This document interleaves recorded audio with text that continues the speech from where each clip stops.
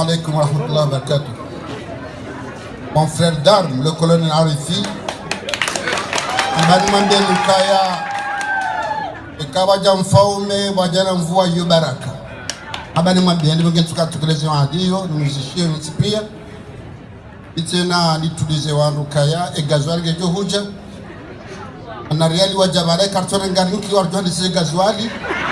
Avec les gâteaux, avec les abouillés Honorable assistance et chers compatriotes,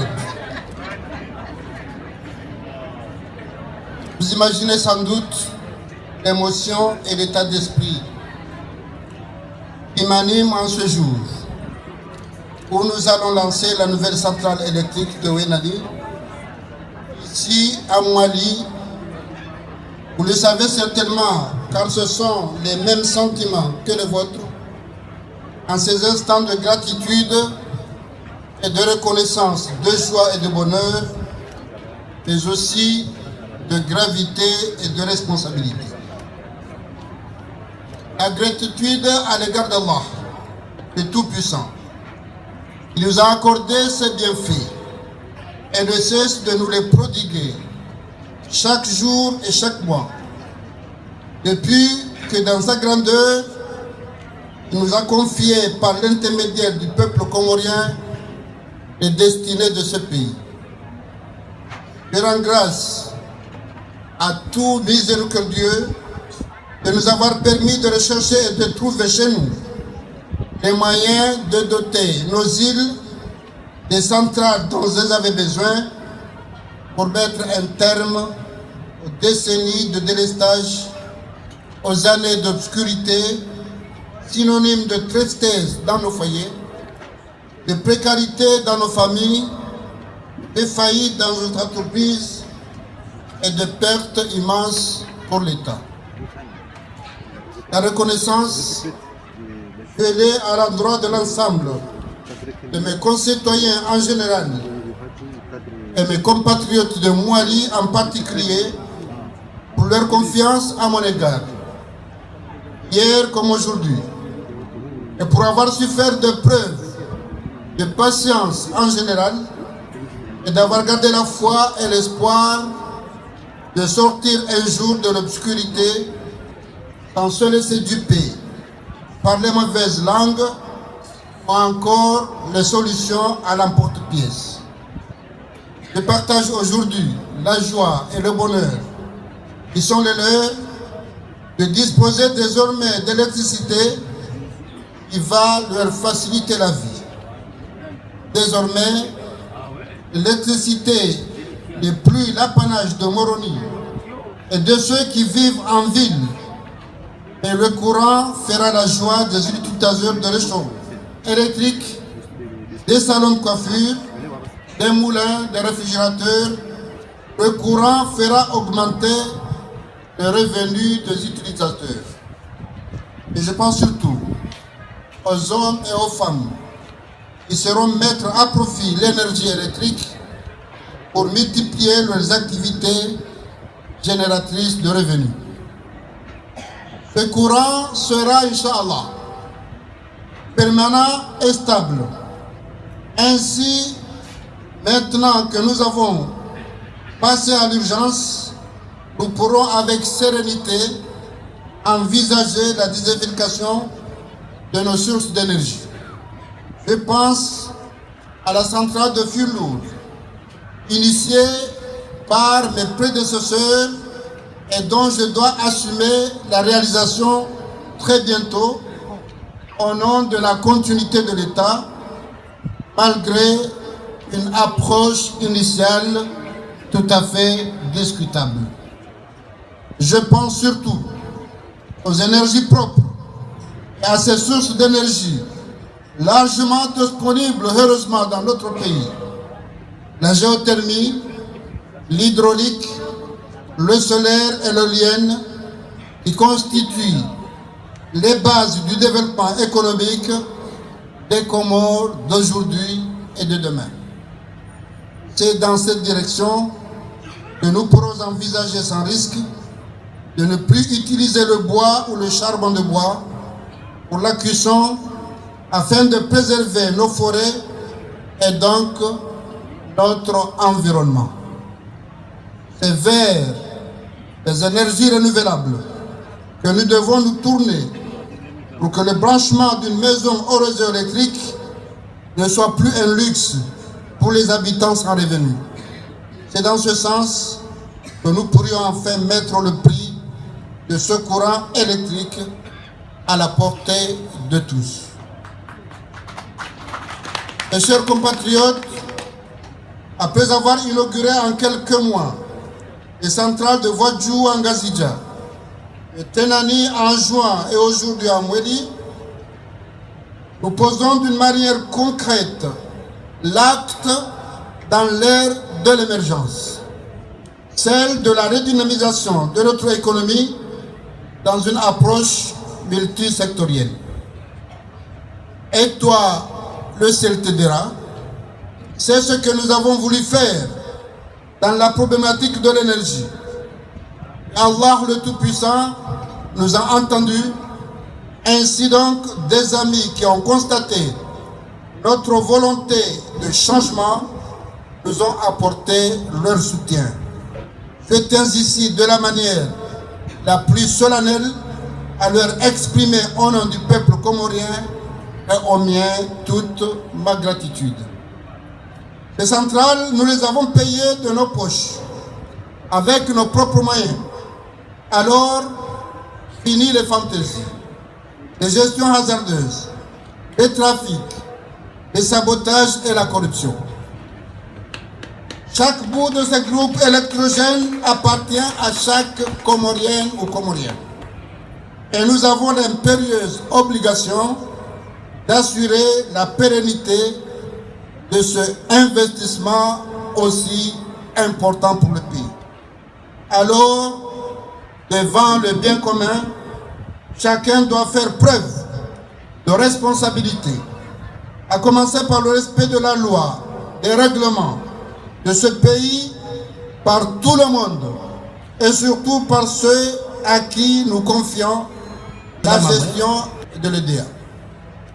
Chaque client de la MAME ou de l'EDA doit désormais faire preuve de civisme en payant sa facture. Bien sûr, mais aussi et surtout en refusant les trafics de courant qui, en plus des risques d'insécurité qu'ils font courir à nos foyers, met à mal la trésorerie d'une société déjà mal en point. Pour sa part, l'État qui a investi plus de 7 milliards de nos francs pour installer ces centrales déclare la guerre à la fraude de l'électricité et au vol du carburant destiné au groupe électrogène. De la suite dans les idées, l'ordonnance numéro 03006, PR que j'ai signée en 2003, sera appliquée dans toute sa rigueur. Les spécialistes s'en chargeront, et je tiens à rappeler ici l'article 1 de cette ordonnance qui stipule que quiconque, par quelque moyen ou procédé que ce soit, aura frauduleusement soustrait du carburant ou tenté de soustraire du courant électrique ou de l'eau sera puni d'un emprisonnement de 6 mois à 7 ans et ou d'une amende de 100 000 à 1 million de nos francs. Et je n'exclus pas une révision de cette ordonnance pour plus de sanctions encore plus sévères. Mes chers compatriotes, ma détermination et ma persévérance sont intactes. J'entends poursuivre les objectifs de développement de notre pays qui sont autant d'engagements devant Dieu et devant vous tous. Ainsi, j'ai émis l'ambition légitime que je souhaite partager avec toutes les Comoriennes et tous les Comoriens de faire des Comores un pays émergent à l'horizon 2030. Ce n'est pas un mirage, ce n'est pas un rêve, encore moins un slogan. Je rentre de la République sœur de Maurice et je vous avoue que le débat à chaque coin de la rue Hormis les traces de l'urbanisme et la modernité, on se croirait ici chez nous. Nous avons le même cadre de vie, fait de plages, de sable blanc, de merveilleux lagons de bleu turquoise et de magnifiques paysages panoramiques.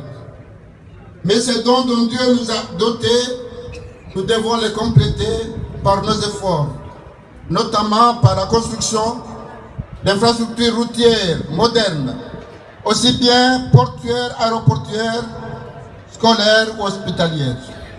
C'est pourquoi nous avons lancé le grand chantier de construction et de rénovation de nos routes et que nous allons inaugurer très prochainement l'hôpital de Bamba Omtsanga et que nous allons reconstruire l'hôpital El Marouf pour en faire un centre hospitalier de référence internationale.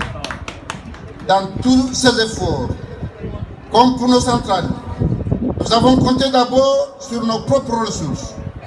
Cela ne signifie nullement pas que nous avons la capacité de tout faire.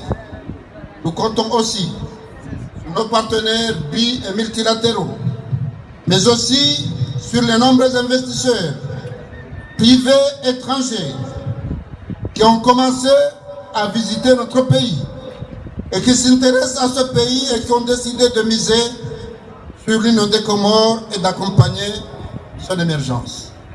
Il nous appartient alors de capitaliser la stabilité politique et sociale que notre pays a acquise. Nous devons réinventer un secteur financier dynamique en plus d'une zone économique spéciale que nous envisageons de mettre en place. Bien entendu, nous devons stabiliser et rentabiliser le secteur des télécommunications parce que dans le monde d'aujourd'hui, les nouvelles technologies constituent un véritable levier de croissance, un secteur pourvoyeur d'emplois. Déjà, notre pays dispose d'un environnement favorable à l'investissement grâce aux mesures incitatives pour faciliter les investissements étrangers directs et les investisseurs institutionnels. Nous devons améliorer notre fiscalité pour la rendre plus attrayante encore. Comme vous le savez ou comme vous le voyez, l'émergence n'est pas un simple mot à la mode. Nous devons alors redoubler d'efforts pour en réunir toutes les conditions. Progressivement, nous y allons. Ne vous occupez pas des railleurs et des sceptiques.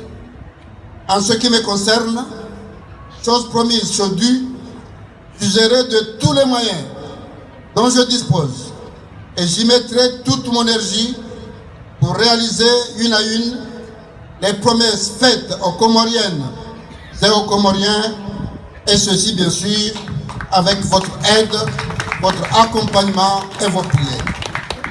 Oui, j'entends les appels qui viennent de jeunes et des familles relatifs à l'offre d'emploi.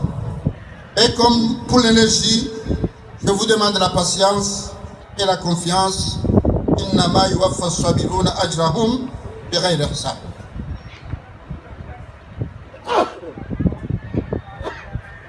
Mes chers compatriotes, nous sommes au commencement d'une ère nouvelle.